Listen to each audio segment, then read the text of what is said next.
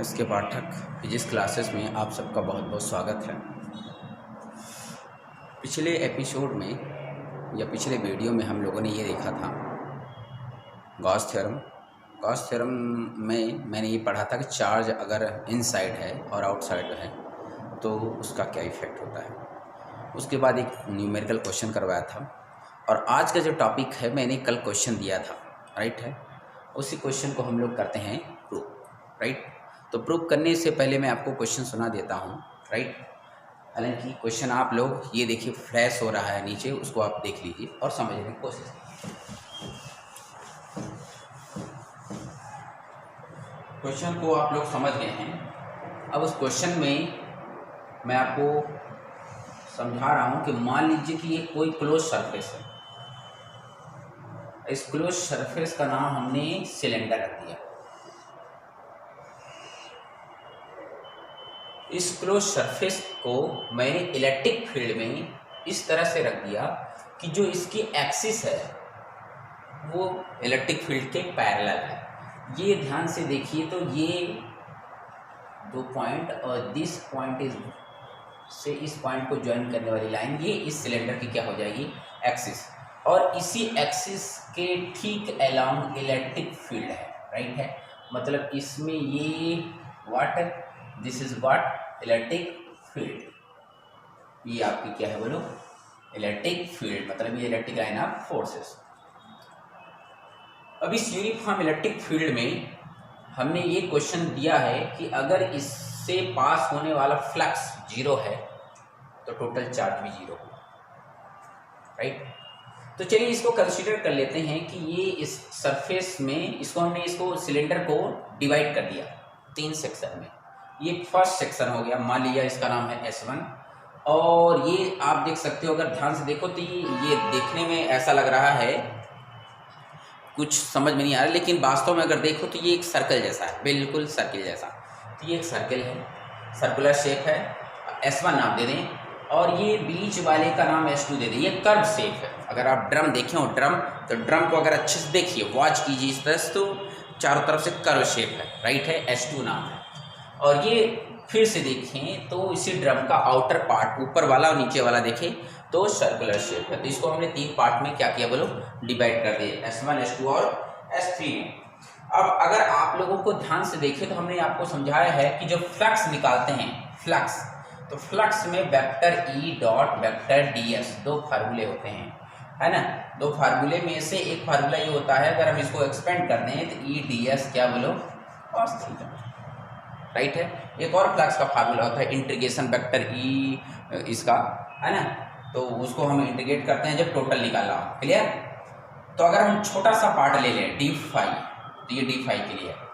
अब इसमें हमको दोनों की एरिया डायरेक्शन देखना पड़ेगा और वैल्यू देखनी पड़ेगी। तो डायरेक्शन इलेक्ट्रिक फील्ड की तो मालूम है, सिर्फ इन तीनों सेक्शनों की हमें डायरेक्शन पता हो जाए। तो ध्यान से अगर समझिए, बहुत अच्छे से समझिए। आप ड्रम को इमेजिन कीजिए, इमेजिन करेंगे तो ड्रम का ऐसे ऊपर वाला सरफेस ध्यान से देखिए। अब उस ऊपर वाले सरफेस में अगर ऐसे आप रखें तो दिस इज व्हाट, डायरेक्शन, यानी सर्कुलर शेप की जो डायरेक्शन है अपवर्ड है, राइट है। तो इसकी जो डायरेक्शन है, अगर इसको हम देखें, इसकी भी डायरेक्शन तो इसी ओर है, इसका नाम DS3 आउटर। इसकी जो देखेंगे तो इसकी जो डायरेक्शन हो जाएगी बिल्कुल आउट, इस साइड में। तो ये हो गया आपका क्या, S2 नाम है इसलिए DS2। और इसमें देखिए तो इसकी जो डायरेक्शन है ये किधर है बोला, आउटवर्ड है, राइट। तो DS3 DS1 इसका नाम है। तो सबकी डायरेक्शन क्लियर हो गई। यहाँ पर अगर इन दोनों में इलेक्ट्रिक फील्ड और इसके बीच का एंगल देखिए तो इसका जो थीटा है, अगर इसका नाम θ3 दें तो ये 0 डिग्री है। और ये अगर यहाँ इलेक्ट्रिक फील्ड को इस तरह ध्यान दें तो दिस इज व्हाट, 90 डिग्री।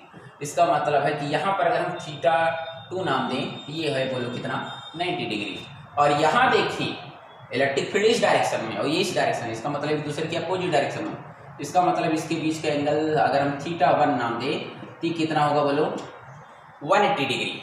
तो अब इस फार्मूले में हम तीनों वैल्यू को सब्स्टिट्यूट कर दे तो हमें इस सेक्शन से, इस सेक्शन से और इस सेक्शन से पास होने वाले फ्लक्स कैलकुलेट कर सकते हैं इजीली, राइट। तो लेट स्टार्ट, हम स्टार्ट करते हैं पहले इस सेक्शन से पास होने वाला फ्लक्स, फिर इससे और टोटल ऐड कर देंगे तो हमें आंसर आ जाएगा। तो चलिए शुरू करते हैं इसका आंसर, ठीक है। लेकिन उसके पहले आपको ये बताना पड़ेगा, कंसीडर करना पड़ेगा, consider cylinder close surface which is kept in electric field such that its axis is parallel to the electric field, direction of electric field, right है। इतना लिखने के बाद आप लिखेंगे this cylinder can be divided into 3 section S1, S2 and S3.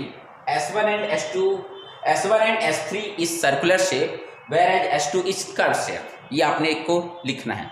अब उसके बाद आपको लिखना पड़ेगा फ्लक्स थ्रू S1, फिर फ्लक्स थ्रू S2, फिर फ्लक्स 3, या तीनों एक साथ निकाल सकते हैं। तो तीनों निकाल दें तो तीनों को ऐड करना पड़ेगा, या हम तीनों को एक साथ निकालते हैं। तो चलिए लिखते हैं नेट फ्लक्स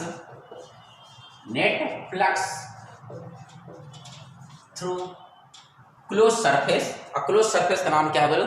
सिलेंडर।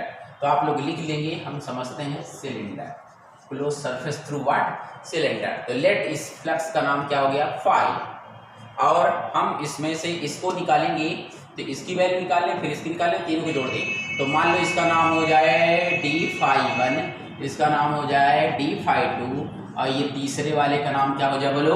d∅3। कोई दिक्कत वाली बात? और चूंकि सबको निकालेंगे तो इसलिए यहाँ पर क्या कर दें? इंटीग्रेट कर दें, राइट है। तो ये क्लोज सरफेस है इसलिए इस तरह सिंबल बनेगा, और इसका नाम S1 है तो यहाँ S1 भी नोट करेंगे, इसका नाम S2 है तो S2 लिखेंगे, यहाँ पर क्या लिखेंगे बोलो? S3। अब इन तीनों की वैल्यू आप लोग इस फार्मूला में हमने लिखा था, इरेज कर दिए। अब देखिए, तो हम इसमें इरेज करके आपको लिख रहे हैं, देखिए। तो ये जो नेट फ्लक्स है phi E, this will be, अब यहाँ से देखिए तो vector E dot vector D S, तो लो integration vector E dot D S, तो खोल देते हैं E D S 1 cos, note करिए कितना है बोलो? 180, राइट, प्लस ये S1 से, ओके। इसको देखिए, इसमें ये देखिए 90 डिग्री है, राइट है ना।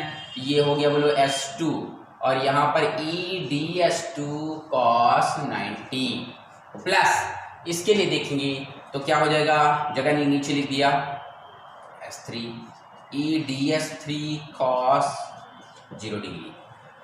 अब cos 180 की वैल्यू सबको मालूम है -1 होती है, और इसकी जो वैल्यू होती है cos 90 की वो 0 होती है, cos 0 की वैल्यू 1 होती है। अब DS1 ये जो क्लोज सरफेस है ये दोनों एक एरिया की है। अगर मैं इसकी एरिया लिखूं πr², इसकी भी लिखूं πr², तो πr² लिखने से अच्छा है S लिख लूं, क्लियर है। तो E और DS1 का हो जाएगा S, DS1 का S, और cos 180 की वैल्यू कितनी हो जाएगी? -1। तो ये -1 के कारण मैंने क्या लिख दिया? नेगेटिव, प्लस ये कुछ भी लिखो cos 90 की वैल्यू कितनी हो जाएगी? 0, इसलिए इसको छोड़ दिया। यहाँ पर देखो E बाहर आ जाएगा, DS3 का टोटल निकालोगे तो S3, और S3 टोटल S है, इसका मतलब S आ गया, cos 0 की वैल्यू 1। अब ये देखो ये वैल्यू निगेटिव में है और ये वैल्यू पॉजिटिव में है, सेम अमाउंट की वैल्यू दोनों ऐड करोगे तो क्या हो जाएगा बोलो? 0। तो ये टोटल फ्लक्स क्या हो गया बोलो? 0। ध्यान से समझिए, टोटल फ्लक्स क्या हो गया बोलो? 0। यानी सिलेंडर के अंदर कोई भी चार्ज नहीं है, क्यों? क्योंकि जो फ्लक्स है वो क्या हो गया बोलो? 0। टोटल फ्लक्स जो है 0 हो गया, राइट है। तो आंसर क्या हो जाएगा? Net flux linked with cylinder will be 0, means no charge exist inside the cylinder, right.